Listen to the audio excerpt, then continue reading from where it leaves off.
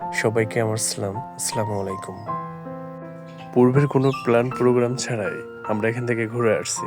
এখানে এসে জানতে পারলাম এটা পূর্বাচল হর্দি বাজার নামক একটি স্থান। এটি বিশেষ করে আমার ভোলাতে গ্রামের বাজারগুলিতে মহিলারা দোকানদারি করে না, তো এখানে এসে তাদেরকে আমি দেখলাম যে দোকানদারি। এখানকার সমাজ, প্রকৃতি, পরিবেশ সত্যি মনোমুগ্ধকর। আমার মোবাইলের রেজলিউশন কম থাকার কারণে এখানে সৌন্দর্য আমি ভালো মতো ক্যাপচার করতে পারিনি।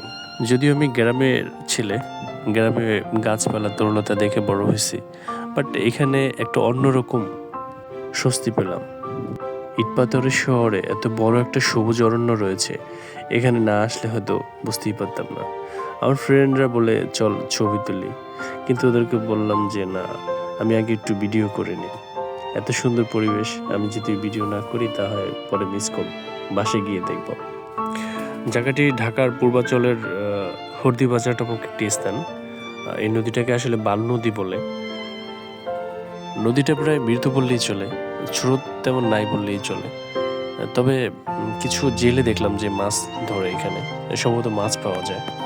ওদেরকে বললাম আমার একটা ছবি তুলে দে, কিন্তু অথচ আমার ছবি না তুলে নিজেরাই ছবি তুলতেছে। একটু ফাইন তোল। যাই হোক, আমি ওদেরকে ভিডিও করতে লাগলাম। নৌকাটি প্রথমে দেখে আমার মনে হয়েছিল যে এখানে হয়তো বিয়ে শাদীর অনুষ্ঠান অথবা কোনো টুরিস্টরা এসে পিকনিক আয়োজন বা খাবার দাবার আয়োজন করছে। আসলে এরকম কিছুই না। এলাকার অঞ্চলের মানুষ আনন্দ ভোজন করার জন্য গান বক্স বা সাউন্ড সিস্টেম নিয়ে নিজেরাই গান টান তুলে গান গাইতেছে আর কি। ফ্রিতে কিছু সময় গানও শুনলাম। গান শোনার পরে দেখি যে ক্ষুধা লাগছে। পরে আমার ফ্রেন্ড বললো যে চল, এখানে ভালো মিষ্টি পাওয়া যায়, চল আমরা মিষ্টি খাই। তা এক হিন্দু লোক, ওনার সাথে কথা বললাম। খুব ভালো লোকই মনে হইলো আমার। তো 50 টাকায় 5 পিস মিষ্টি দিল, ছোট ছোট মিষ্টি। মানে খুবই ভালো লাগছে আমার, মনে হচ্ছে যে আসলে অরিজিনাল ছানার মিষ্টি। এটা পূর্বাচলের ভিতরের দৃশ্যপট। দুপাশে সবুজ, মাঝখানের রাস্তা, মাঝে মাঝে কিছু ঘরবাড়িও দেখা যায়। ম্যাক্সিমাম জায়গাগুলি খালি দেখলাম, ওইভাবে ঘনবসতি এখনো গড়ে ওঠে নাই। হয়তো অদূর ভবিষ্যতে এখানে হবে।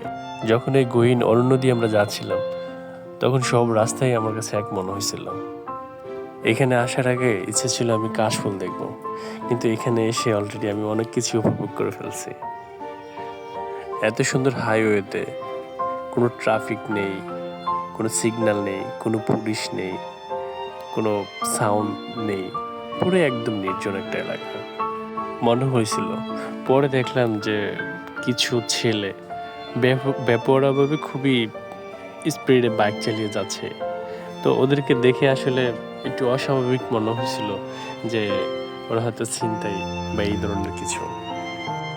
স্থানীয় ওদের সাথে কথা বলে যতটুকু বুঝতে পারলাম যে এখানে দিনের বেলায় আসলে ওরকম কিছুই হয় না।